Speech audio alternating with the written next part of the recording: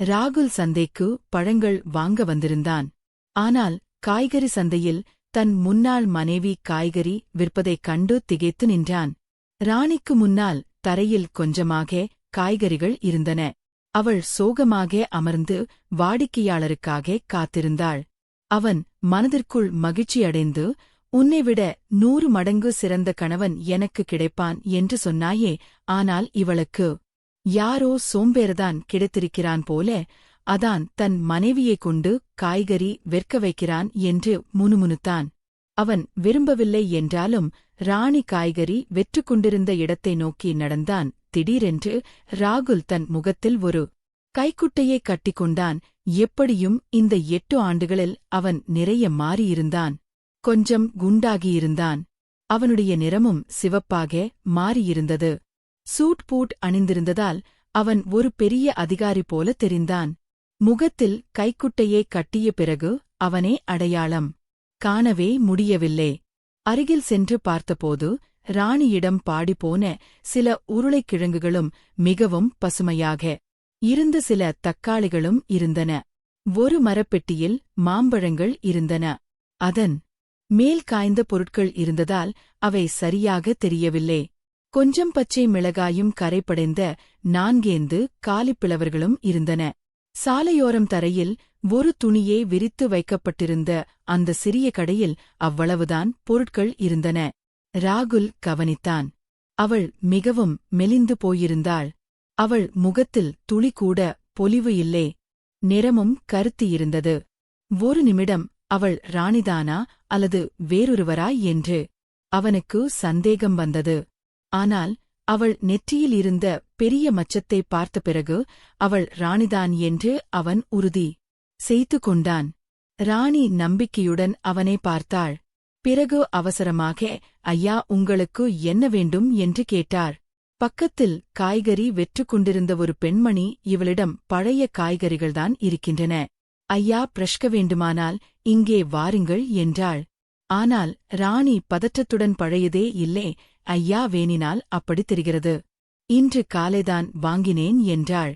ராணியின் முகத்தில் இருந்த அந்த இயலாமையையும் கட்டாயத்தையும் கண்டு அவரது இதயம் படபடத்தது. வாழ்க்கையின் 6 ஆண்டுகளை அவளுடன் கழித்திருந்தான். விவாகரத்து நடந்திருக்கலாம்.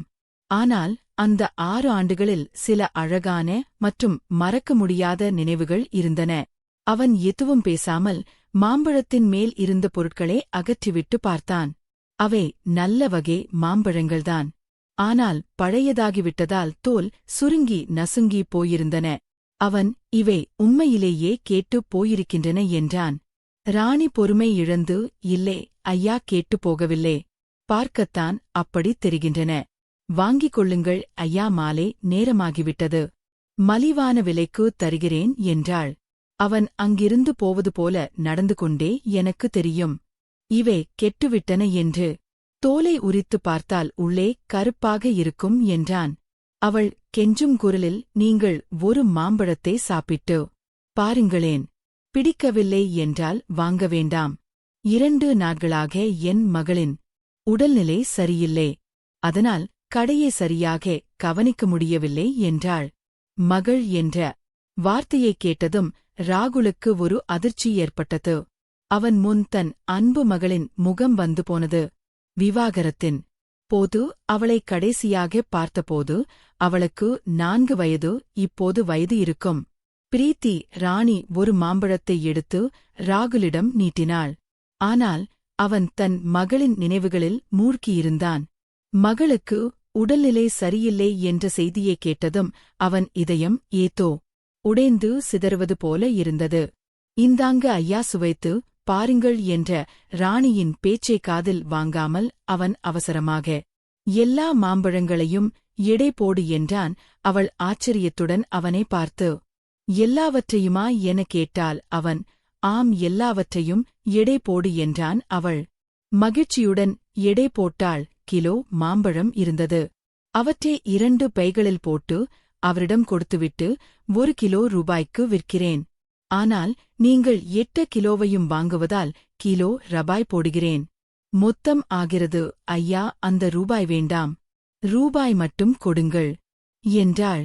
அவன், உன் மகள் நோயாளி என்பதால் கிலோ ரூபாய் என்ற கணக்கிலேயே காசே வாங்கிக்கொள் என்று கூறிவிட்டு 2 ரூபாய் தாள்களைக் கொடுத்துவிட்டு போகத் தொடங்கினான். ராணி பின்னால் இருந்து கூப்பிட்டு, கிலோனு என்றாலும் ரூபாய்தான் ஆகிறது ஐயா, உங்கள் ரூபாயை திரும்ப பெற்று கொள்ளுங்கள் என்றாள். ராகுல் அங்கேயே நின்றான். ஆனால் எதுவும் பேசவில்லை. ராணி எழுந்து அவன் அருகில் வந்து, எனக்கு பிச்சை வேண்டாம் ஐயா, பிச்சை எடுக்கக் கூடாது என்பதற்காகத்தான் இந்த கடையே வைத்திருக்கிறேன் என்றால். அவன், உன் கணவன் ஒன்றும் செய்வதில்லையா என கேட்டான். அவள் அந்த ரூபாயை அவன் கையில் வைத்துவிட்டு, கணவரிடமிருந்து 8 ஆண்டுகளுக்கு முன்பே விவாகரத்து ஆகிவிட்டது ஐயா என்றான். அவன் நடக்க தொடங்கினான். பிறகு நடந்து கொண்டே, உன்னை போன்ற சுயமரியாதை உள்ள பெண்ணுக்கு உன் கணவன் நிச்சயம் ஏதோ துரோகம் செய்திருப்பான், அதனால்தான் இந்த உறவு உடைந்திருக்கும் என்றான். அதற்கு அவள் பின்னால் இருந்து, இல்லே ஐயா, கணவர் நல்லவர், வர்த்தான் காலம்தான் சரியில்லை என்றால். அவனால் அதற்கு மேல் அங்கு நிற்க முடியவில்லை. வேகமாக தன் காரை நோக்கி சென்றான். அவன் பின்னால் திரும்பி பார்த்தான். ராணி தன் கடையை சுருட்டிக் கொண்டிருந்தாள். ஒருவேளை அன்றைய கூலி அவளுக்கு கிடைத்திருக்கலாம். அதனால்தான் இருட்டுவதற்கு முன்பே அவள் வீட்டுக்கு போய்க் கொண்டிருந்தாள். அவள் எங்கே வசிக்கிறாள் என்று தெரிந்து கொள்ள அவளுக்கு பின்னால் செல்ல ராகுல் விரும்பினான். அவனுக்கு பிரீத்தியை பார்க்க வேண்டும் என்ற ஆசையும் இருந்தது. அதனால் அவன் இதயத்தில் ஒருவித ஈர்ப்பு ஏற்பட்டது. விவாகரத்திற்குப் பிறகு ராணி வேறொரு ஆணை திருமணம் செய்து கொள்ளவில்லை என்ற விஷயம் அவன் மனதை குத்தியது.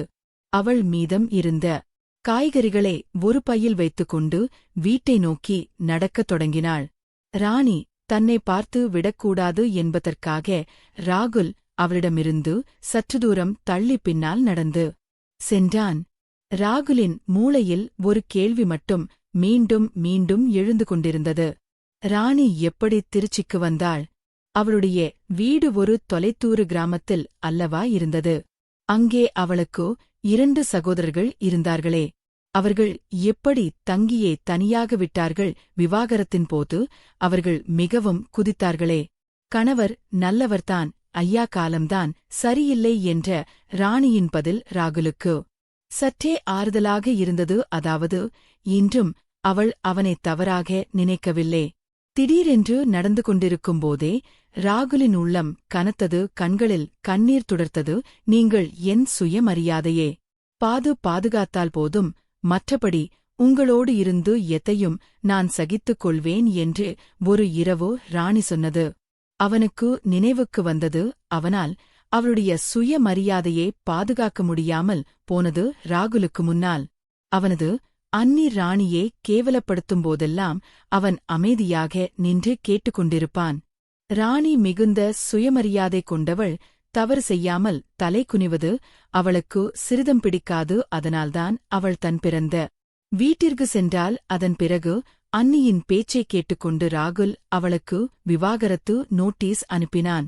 அந்த உறவையே முறித்துக் கொண்டது அவன் செய்த 2வது தவறு. அவன் தன் அண்ணன் மற்றும் அண்ணி மீது மிகுந்த மரியாதை வைத்திருந்தான். அதனால் மனைவியை விட அண்ணியேதான் அதிகமாக நம்பினான். ராணியுடன் அவனது வாழ்க்கை முதல் 4 ஆண்டுகள் மிகவும் நன்றாகவே கழிந்தன. ஆனால் 5வது ஆண்டில் சண்டைகள் தொடங்கின. அண்ணி எதற்காவது பிரீத்தியே அறிந்துவிட்டால் அது ராணிக்கு சிறிதும் பிடிக்காது. இந்த விஷயத்தில்தான் சண்டைகள் அதிகமாகின. சண்டைகள் மற்றும் மனஸ்தாபங்கள் காரணமாக ராணி தனி குடித்தனம் போகும்படி வற்புறுத்தினாள். ஆனால் இது ராகுலுக்கு சிறிதும் பிடிக்கவில்லை. ராகுலின் அண்ணனும் அண்ணியும் பூர்வீக கடையை பிரிக்க விரும்பவில்லை.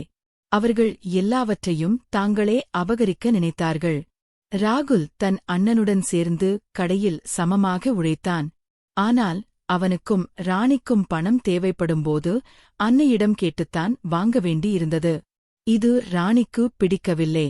இப்போது ராணி ஒரு மருந்தகடத்தில் சில மருந்துகளை வாங்கிக் கொண்டு ஒரு தெருவிற்குள் சென்றாள். ராகுல் ஒரு குறிப்பிட்ட இடைவெளியை பேணிக் கொண்டு அவளுக்கு பின்னால் சென்றான். நடந்து கொண்டே அவர்கள் நகருக்கு வெளியில் இருந்த ஒரு குடியிருப்பு பகுதிக்கு வந்தார்கள். சிறிது தூரம் நடந்த பிறகு அவள் ஒரு பழைய வீட்டிற்குள் நுழைந்தாள். அந்த வீடு பார்ப்பதற்கு அறைகளே இல்லாத ஒரு பாழடைந்த கட்டிடம் போல இருந்தது. அங்கே முற்றத்தில் 2 கட்டில்கள் போடப்பட்டிருந்தன. ஒன்றில் பிரீத்தி படுத்திருந்தாள். மற்றொன்றில் ஒரு மூதாட்டி படுத்திருந்தாள். ராணி வந்ததும் அந்த மூதாட்டி எழுந்து உட்கார்ந்ததை ராகுல் பார்த்தான். அந்த முகத்தை பார்த்ததும் அவன் அடையாளம் கண்டு கொண்டான். அவள்தான் ராணியின் தாய், அதாவது ராகுலின் மாமியார். கூடவே பிரீத்தியம் எழுந்தாள். அவள் முன்பை விட வளர்ந்திருந்தாள். ஆனால் மிகவும் பலவீனமாக தெரிந்தாள். அவளை பார்த்ததும் ராகுலின் இதயத்திலிருந்து கண்ணீர் அருவியாக கொட்டியது. ஓடி சென்றி பிரீத்தியே தன் நெஞ்சோடு அணைத்துக் கொள்ள வேண்டும் என்றே அவனுக்கு தோன்றியது.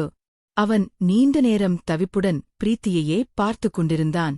அவன் கண்களில் திருந்து கண்ணீர் வழிந்து கொண்டே இருந்தது. ஆனால் அவன் எவ்வளவு விரும்பினாலும் அந்த வீட்டிற்குள் நுழைய முடியவில்லை. விரைவில் அவன் அங்கிருந்து திரும்பிவிட்டான்.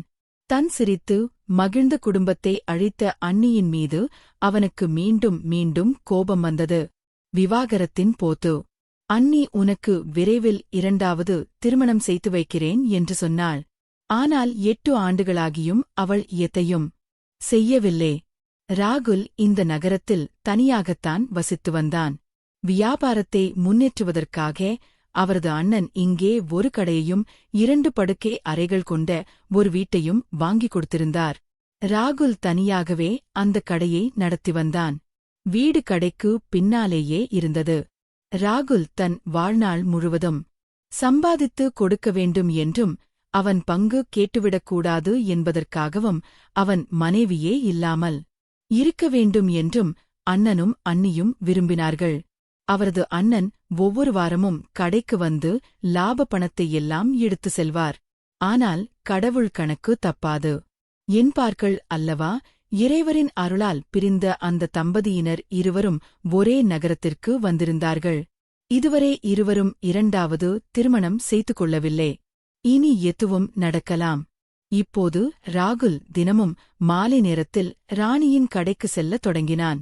முகத்தை கைக்குட்டையால் மறைத்துக்கொண்டு அங்கிருந்து நிறைய காய்கறிகளையும் பழங்களையும் வாங்கினான். ராணி பிரீத்தியை நன்றாக வளர்க்க வேண்டும் என்பதற்காக அவன் இதையெல்லாம் செய்தான். அவன் நாள் முழுவதும் யோசித்துக் கொண்டே இருப்பான். ஆனால் முகத்தை மறைக்காமல் ராணியின் முன்னால் செல்ல அவனுக்கு துணிச்சல் வரவில்லை. அவன் வாங்கி வரும் காய்கறிகளில் தனக்கு தேவையானதை மட்டும் வைத்துக்கொண்டு மீதமுள்ள காய்கறிகளை தெருவில் உள்ள விலங்குகளுக்கு உணவாக கொடுத்து விடுவான். சில நாட்களுக்குப் பிறகு ராகுலின் அண்ணன் கணக்கு பார்ப்பதற்காக கடைக்கு வந்தபோது சேமிப்பு பணம் எல்லாம் எங்கே என்று கேட்டார்.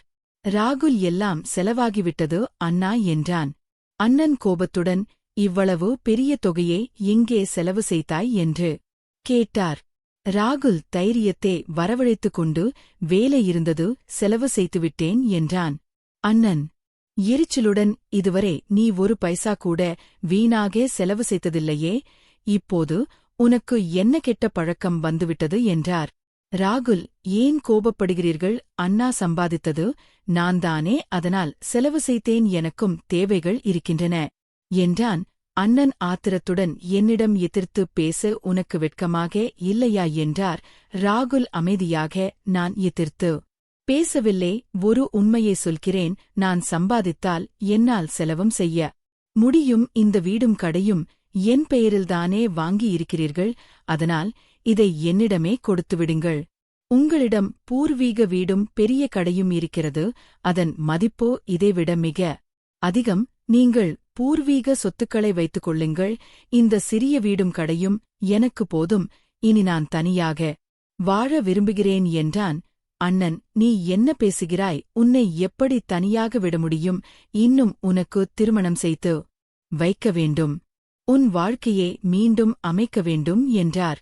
ராகுல், இனி என் மீது போய் அக்கறை காட்டுவதை நிறுத்துங்கள். நீங்களும் அண்ணியும் சேர்ந்துதான் என் மனைவியிடமிருந்து என்னை பிரித்தீர்கள். என் அழகான குடும்பத்தை அழித்தீர்கள். என் திருமணம் முறிந்து 8 ஆண்டுகள் ஆகின்றன. இதுவரை எங்காவது பெண் பார்த்தீர்களா? உங்களுக்கு என் மீது அக்கறை இல்லை. என்னை ஒரு வேலைக்காரனாகவே வைத்திருக்க விரும்பினீர்கள். அப்பா எனக்கு திருமணம் செய்து வைத்துவிட்டு இறக்கவில்லை என்றால் நீங்கள் இருவரும் எனக்கு திருமணமே செய்திருக்க மாட்டீர்கள் என்று முகத்திற்கு நேராக கூறினான். உங்களுக்கு இலவசமாக ஒரு வேலைக்காரன் கிடைத்துவிட்டான். கூடவே என் சொத்துக்களும் கிடைத்துவிட்டன. பிறகு ஏன் நீங்கள் எனக்கு திருமணம் செய்து வைப்பீர்கள்? இப்போது நானே என் திருமணத்தை செய்து கொள்வேன். கடவுளுக்காக என்னை என் போக்கில் விட்டுவிடுங்கள். இனிமேலும் எனக்கு ஏதாவது தீங்கு செய்ய நினைத்தால் நான் கிராமத்திற்கு வந்து எல்லா சொத்துக்களிலும் என் பங்கை வாங்கிவிடுவேன். ராகுலின் அண்ணன் இப்போது தன் தந்திரம் வலிக்காது என்பதை புரிந்து கொண்டார். அவருக்கும் அவர் மனைவிக்கும் இங்கே இனி வேலையில்லை. அந்த போய் உறவின் முகமூடி கலன்று விழுந்தது. தன் தம்பியின் பங்கை பறத்து தன் மகனுக்காக அதிக சொத்து சேர்க்க நினைத்த அவரது கனவு தகர்ந்தது. அவர் அங்கிருந்து அமைதியாக வெளியேறினார். ராகுல் இப்போது அண்ணன் மற்றும் அண்ணியின் பிடியிலிருந்து விடுபட்டுவிட்டான். அவன் மனம் முழுவதும் ராணி மற்றும் மகளின் நினைவுகளிலேயே நிறைந்திருந்தன. அதனால் மதிய நேரத்திலேயே ராணியின் கடைக்கு சென்றான். அன்று ராணி ஓரளவு நல்ல உடைகளை அணிந்திருந்தாள். ஆனால் அவள் கண்களில் கவலையும் சோகமும் தெரிந்தன. அருகில் சென்றதும், ராகுல், உங்கள் மகள் இப்போது எப்படி இருக்கிறாள் என்று கேட்டான். ராணி அவனை உற்று பார்த்துவிட்டு, ஏன் அவள் உங்கள் மகள் இல்லையா என்றாள். ராகுல் திடுக்கிட்டான். முகத்தில் கைக்குட்டை கட்டியிருந்தும் ராணி தன்னை எப்படி அடையாளம் கண்டு கொண்டாள் என்று வியந்தான். ராணி அவன் கண்களை பார்த்து பேசத் தொடங்கினாள். தினமும் அவளுடைய நலம் விசாரிக்க வருகிறீர்களே, பிரீத்தியை சந்தித்தால் என்ன உங்கள் அண்ணனும் அண்ணியும் மகளை பார்க்க கூடாது என்று தடுத்திருக்கிறார்களா என்றாள். ராகுல், நான் அண்ணன் மற்றும் அன்னையுடன் இருந்த எல்லா உறவுகளையும் முறித்துக் கொண்டேன் என்று கூறி தன் முகத்தில் இருந்த கைக்கொட்டையே அகற்றினான். கண்களில் கண்ணீருடன் அவளை பார்க்க வேண்டும் என்று என் மனம் இயங்குகிறது என்றான். ராணி, போய் பாருங்கள், நான் எப்போது தடுத்தேன்? உறவு என்னோடுதான் முறிந்தது, மகளோடு இல்லையே என்றாள். ராகுல், நீ என்னை எப்படி அடையாளம் கண்டாய் என்று கேட்டான். அதற்கு ராணி, நான் உங்கள் மனைவியாக இருந்தவள். உங்கள் நடையை வைத்து உங்களை என்னால் அடையாளம் காண முடியும். முதல் நாள் நான் கவனிக்கவில்லை, ஆனால் இரண்டாம் நாளே அடையாளம் கண்டுவிட்டேன் என்றாள். ராணி தொடர்ந்து பேசினாள். ஒவ்வொரு முறையும் பிரீத்தியே பற்றி நீங்கள் கேட்கும்போது உங்கள் கண்களில் ஒரு வலி தெரிந்தது. அது ஒரு தந்தையின் கண்களில் மட்டுமே இருக்க முடியும். உங்கள் முகத்தை நீங்கள் மறைத்திருக்கலாம், ஆனால் மகளை பார்க்க துடைக்கும் அந்த தவிப்பை உங்கள் கண்களில் மறைக்க முடியவில்லை. வீட்டின் முகவரியே தருகிறேன்.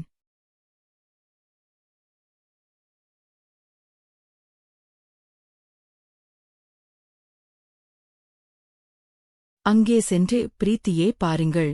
நான் மாலையில்தான் வீட்டுக்கு வருவேன் என்றாள். ராகுல் அவளை பார்த்து, இல்லை, நீயும் என்னோடு வா, அப்போதுதான் என்னால் அவளிடம் பேச முடியும். அவள் என்னை பிரிந்தபோது மிக சிறியவள். இப்போது என்னை அடையாளம் தெரியாதே என்றான். ராணியின் கண்களில் கண்ணீர் முட்டியது. அதை மறைத்துக்கொண்டு, அவள் திருமண ஆல்பம் இன்றும் என்னிடம் இருக்கிறது. அவள் தினமும் உங்களை பார்க்கிறாள். உங்களை அவள் மறக்கவே இல்லை. பார்த்த உடனேயே அடையாளம் கண்டுகொள்வாள் என்று ராணி கூறினாள். அவன் கெஞ்சும் குரலில், இல்லை, நீ என்னுடன் வா, உன்னோடு சேர்ந்துதான் நான் அவளை சந்திக்க விரும்புகிறேன் என்றான். அதற்கு ராணி, ஏன் ஏழையின் வயிற்றில் அடிக்கிறீர்கள்? இது வியாபாரம் நடக்கும் நேரம். நான் உங்களோடு வந்தால் வியாபாரம் கெட்டுவிடும். ஒரு பொருளும் விற்காது என்றால் அவன் எல்லா பொருட்களுக்கும் நானே பணம் தந்துவிடுகிறேன். ஆனால் நீ என்னுடன் வா, தயவு செய்து. இதற்கு பிறகு உன்னை தொந்தரவு செய்ய மாட்டேன் என்றான். இதைக் கேட்ட ராணிக்கு ஒரு அதிர்ச்சி ஏற்பட்டது. அவள், ஏன் உங்கள் இரண்டாவது மனைவி இங்கே வரக்கூடாது என்று சொல்கிறாரா என கேட்டார். அவன் சோகமான மனதுடன், நான் இரண்டாவது திருமணம் செய்து கொள்ளவில்லை என்றான். இதைக் கேட்டதும் ராணியின் மனதிற்குள் ஏதோ ஒரு நிம்மதி ஏற்பட்டது. அவள் அவனுடன் செல்ல சம்மதித்தாள். பக்கத்து கடைக்காரரிடம் தன் கடையை பார்த்து கொள்ள சொல்லிவிட்டு அவனது காரில் ஏரி வீட்டை நோக்கி புறப்பட்டார். வழியில் ராணி, நீங்கள் இந்த நகரில் என்ன செய்கிறீர்கள் என்று கேட்டாள். ராகுல் எல்லா உண்மைகளையும் சொன்னான். இனி எப்போதும் இந்த நகரத்திலேயே இருக்கப் போவதாகவும் அண்ணன் அண்ணியோடு இருந்த உறவை முழுமையாக முறித்துக் கொண்டதாகவும் கூறினான். இந்த உறவு முன்னரே முறிந்திருந்தால் இன்று நாம் இருவரும் ஒன்றாக இருந்திருப்போம். நமக்கு விவாகரத்து நடந்திருக்காது. அண்ணன் அண்ணியால்தான் நம் வாழ்க்கை சீரழிந்தது என்று அவள் நினைத்தாள். ராகுல், நீ எப்படி இங்கே வந்தாய் என்று கேட்டான். அவள் வருத்தத்துடன், அண்ணன் மற்றும் அண்ணிகளுக்கு நான் ஒரு சுமையாகிவிட்டேன். ஆரம்பத்தில் எல்லாம் நன்றாகத்தான் இருந்தது. ஆனால் பிறகு அவர்களின் உண்மையான முகம் தெரிய ஆரம்பித்தது. ஆரம்பத்தில் என் சகோதரர்கள் எனக்கு ஆதரவாக இருந்தார்கள். ஆனால் பிறகு அவர்களும் தங்கள் மனைவிகளின் பேச்சைக் கேட்கத் தொடங்கினார்கள். உங்களுக்குத்தான் தெரியுமே, நாய்க்கு போடுவது போல எரியப்படும் ரொட்டியே என்னால் தின்ன முடியாது. இப்போது நான் இருக்கும் வீடு என் மாமா உடையது. மாமா குடும்பத்தினர் இப்போது இந்த நகரில் இல்லே, சென்னையில் இருக்கிறார்கள். வீட்டின் சாவி அம்மாவிடம் இருந்ததால் நாங்கள் இங்கே வந்துவிட்டோம். வீடு கொஞ்சம் பழையதுதான். நாங்கள் வாடகை கொடுக்க வேண்டியதில்லை என்பதால் இங்கேயே தங்கியிருக்கிறோம். அவன் தயக்கத்துடன், ஒரே ஒரு விஷயம் சொல்லவா என்று கேட்டான். அவள் என்ன என்றால் அவன் பயந்து கொண்டே, இன்றும் என் நினைவு உனக்கு வருகிறதா என்று கேட்டான். ராணி பதில் சொல்லாமல் முகத்தை திருப்பிக் கொண்டாள்.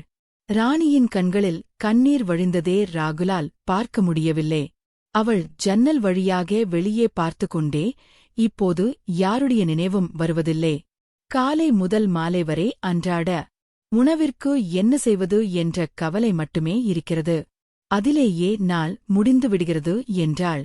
அவளது பதிலை கேட்டு ராகுல் ஏமாற்றம் அடைந்து வழி நெடுகிலும் அமைதியாக வந்தான். ராணி வழி சொல்லிக் கொண்டே வர அவன் காரை செலுத்தினான். தான் ஏற்கனவே அவளைப் பின்தொடர்ந்து இங்கே வந்திருக்கிறான் என்பதை அவன் ராணிக்கு தெரியப்படுத்தவில்லை. வீட்டிற்குள் நுழையும்போது ராகுலின் இதயம் தவித்தது. ஏனென்றால் வீட்டின் நிலைமை அவ்வளவு மோசமாக இருந்தது. சுவர்களில் பூச்சுக்கள் பெயர்ந்து பலவீனமாக காணப்பட்டன. ராணி முன்னால் சென்று அறைக்கு அருகில் நின்றபடி, பிரீத்தி, பார், உன்னை பார்க்க யார் வந்திருக்கிறார்கள் என்று என்றாள். பிரீத்தி இப்போது குணமடைந்திருந்தால் அவள் வெளியே வந்து அவனை பார்த்தாள். ராணியின் தாயும் வெளியே வந்தார். பிரீத்தி தன் பெரிய கண்களால் அவனை உற்று பார்த்தாள். ஆனால் ராகுலின் அருகில் வரவில்லை. அவள் ஓடி சென்று தன் அம்மாவை கட்டிக்கொண்டாள். ராணி, பயப்படாதே செல்லமே, இவர் உன் அப்பா என்றால் அதற்கு பிரீத்தி, அப்பாவா? ஆனால் இவர் கெட்ட அப்பா, இவர் உங்களை நிறையலே வைத்திருக்கிறார் என்றாள். பிரீத்தி இப்போது வளர்த்துவிட்டதால் அவளுக்கு எல்லாம் புரிந்தது. ராகுல் எதற்கு பயந்தானோ அதுவே நடந்தது. அதனால்தான் அவன் ராணியே தன்னுடன் அழைத்து வந்திருந்தான். ராகுல் தயக்கத்துடன் தன் மாமியாரின் கால்களைத் தொட முயன்றான். ஆனால் அவர் 2 அடி பின்வாங்கி எங்களிடமிருந்து தள்ளியே, இருங்கள், நமக்குள் இப்போது எந்த உறவும் இல்லை, அதனால் காலில் விழவேண்டிய அவசியமில்லை என்றார். ராகுல் தரையிலேயே அமர்ந்து கொண்டான். கண்களில் கண்ணீருடன் தன் 2 கைகளையும் விரித்து மகளை வருமாறு அழைத்தான். அவனது கண்கள், என் செல்லமே, ஒருமுறை வந்து என் நெஞ்சோடு அணைந்து கொள் என்று கெஞ்சுவது போல இருந்தது. பிரீத்தி தன் அம்மாவை பார்த்தால் ராணி ஜாடியால் செல்லும்படி கூற அவள் ஓடி சென்று தன் தந்தையை கட்டிக்கொண்டாள். ராகுலுக்கு இது சொர்க்கத்து சுகத்தை விட குறைவாக தோன்றவில்லை. அவன் விம்மி விம்மி அழத் தொடங்கினான். அழுதுகொண்டே, என்னை மன்னித்துவிடு என் கண்ணே, என் வாழ்க்கையின் முடிவுகளை நானே எடுக்க மிகவும் தாமதம் செய்துவிட்டேன். இல்லை என்றால் இன்று நீயும் உன் அம்மாவும் என்னோடு இருந்திருப்பீர்கள் என்றான். பிறகு அவன் பிரீத்தியை தூக்கிக் கொண்டு காரின் அருகில் சென்றான். காரின் திக்கியை திறந்து, பார், உனக்காக நான் என்ன கொண்டு வந்திருக்கிறேன் என்று. அதனால்தான் என் சொந்தக்காரர்களே என்னை ஏமாற்றி என் மனைவி மற்றும் மகளிடமிருந்து என்னை பிரித்து விட்டார்கள். உனக்கு என் உதவி தேவைப்பட்ட போதெல்லாம் நான் உன்னுடன் நிற்கவில்லை. ஆனால் இப்போது நான் சத்தியம் செய்கிறேன், உன் கையை இனி எப்போதும் விடமாட்டேன். இந்த உறவு என் மரணத்திற்கு பிறகுதான் பிரியும். நாம் மீண்டும் ஒரு புதிய உலகத்தை படைப்போம். அங்கே பிரீத்தியே நன்றாக வளர்த்து அத்தையின் முதுமையை பாதுகாப்போம். ராகுலின் இந்த பேச்சைக் கேட்டு ராணி சிலையைப் போல உறைந்து போனாள். அவளால் எதுவும் பேச முடியவில்லை. மௌனமாக அந்த மாங்கல்யத்தையே பார்த்துக் கொண்டிருந்தாள். ராகுல் ராணி நான் அதே ராகுல்தான். என் கையை தலையடையாக வைத்துக் கொள்ளாமல் உனக்கு தூக்கமே வராதே நினைவிருக்கிறதா? தயவு செய்து மறுக்காதே. உன்னை இந்த நிலையில் என்னால் பார்க்க முடியவில்லை. உன்னை இப்படி பார்த்த நாளிலிருந்து நான் தினமும் அழுது கொண்டிருக்கிறேன் என்று கூறி அழத் தொடங்கினான். ராணி அந்த மாங்கல்யத்தை தன் கைக்குள் இறுக்கமாக மூடிக்கொண்டு, விவாகரத்து பத்திரங்கள் என்னவாகும் என கேட்டாள். அவற்றைக் கிழித்து எறிந்து விடுவோம் என்று ராகுல் அழுதுகொண்டே சொன்னான். ராணி மீண்டும் அந்த மாங்கல்யத்தை அவனிடம் கொடுக்க முயன்றாள். ராகுல் கண்ணீருடன் அவளைப் பார்த்து இரு கைகளையும் கூப்பி வேண்டினான். உடனே ராணி, உங்கள் கைகளாலேயே இதை எனக்கு அணிவித்து விடுங்கள் என்றாள். இதைக் கேட்ட ராகுல் மகிழ்ச்சியில் துள்ளி குதித்தான். உடனே அந்த மாங்கல்யத்தை எடுத்து ராணியின் கழுத்தில் அணிவித்தான். அவன் மகிழ்ச்சியில் திக்க முக்காடி போனான். அவன் காரை செலுத்தத் தொடங்கியபோது ராணி அவன் கையை பிடித்துக்கொண்டு, இனி கடைக்கு செல்ல வேண்டாம், நம் வீட்டுக்கு அழைத்து செல்லுங்கள் என்றாள். ராகுல் காரை திருப்பி ராணியின் வீட்டுக்கு சென்றான். ராகுல் பிரீத்தி மற்றும் மாமியாரை காரில் ஏற்றிக்கொண்டு தன் வீட்டை நோக்கி புறப்பட்டான். அதுவரை வெறும் கட்டிடமாக இருந்த அந்த இடம் ராணியின் பாதம் பட்டவுடன் இல்லமாக மாறியது. நண்பர்களே, இந்த கதை உங்களுக்கு எப்படி இருந்தது என்று கருத்து தெரிவிக்கவும். கதை பிடித்திருந்தால் அதை விரும்பி உங்கள் நண்பர்களுடன் பகிர்ந்து கொள்ளுங்கள். இதுபோன்ற புதிய சுவாரஸ்யமான கதைகளுக்கு எங்கள் சேனலை சப்ஸ்கிரைப் செய்யுங்கள். நீ எப்படி இங்கே வந்தாய் என்று கேட்டார் மீனாட்சி. இன்ஸ்பெக்டர் விஜய் மருத்துவமனைக்கு வந்திருந்தார். அவர் என்னிடம் எல்லா உண்மைகளையும் கூறினார். மீனாட்சி, நான் உன்னை பற்றி பெருமிதம் கொள்கிறேன் என்று ரவி சிரித்தார். அவர்கள் உங்கள் இருப்பிடத்தை மொபைலில் எனக்கு காட்டினர். நான் ஆம்புலன்ஸிலிருந்து இறங்கி இங்கு வந்தேன். போலீஸ் பின்னால் நிற்கிறது. கமல் இன்னும் இறக்கவில்லை. அவர் அரை மயக்க நிலையில் ஊர்ந்து சென்று கொண்டிருந்தார். வீடியோவை பதிவேற்றுவதற்காக அவர் தனது தொலைபேசியை எடுக்க முயன்றார். ஆனால் மீனாட்சி தனது கையை தனது காலடியில் நசுக்கினார். அவர் தொலைபேசியை எடுத்து துண்டுகளாக உடைத்தார். உங்கள் அழுக்கு வீடியோ மற்றும் உங்கள் சிந்தனை இரண்டும் என்று முடிந்துவிட்டன என்று மீனாட்சி கத்தினார். அதே நேரத்தில் இன்ஸ்பெக்டர் விஜய் போலீஸ் படையுடன் உள்ளே நுழைந்தார். படுகாயம் அடைந்த நிலையில் கமல் கைது செய்யப்பட்டார். ரவியின் தோளில் விஜய் கை வைத்தார். உடல் வலிமையை விட தைரியம் அதிகம் என்பதே இன்று நீங்கள் நிரூபித்துள்ளீர்கள். சில நாட்களுக்குப் பிறகு நகரின் குறுக்கு வெட்டில் ராஜன், தனுஷ் மற்றும் கமல் ஆகியோரின் குற்றக் கதைகள் பொதுவானவையாக இருந்தன. மீனாட்சி இனி பயப்படவில்லை. அவளுடன் ஒரு புதிய வாழ்க்கையைத் தொடங்கினார். ஒரு காலத்தில் அவளுக்கு ஒரு கனவாக இருந்த வீடியோ இப்போது அவளுடைய தைரியத்திற்கு ஒரு சான்றாக மாறியுள்ளது.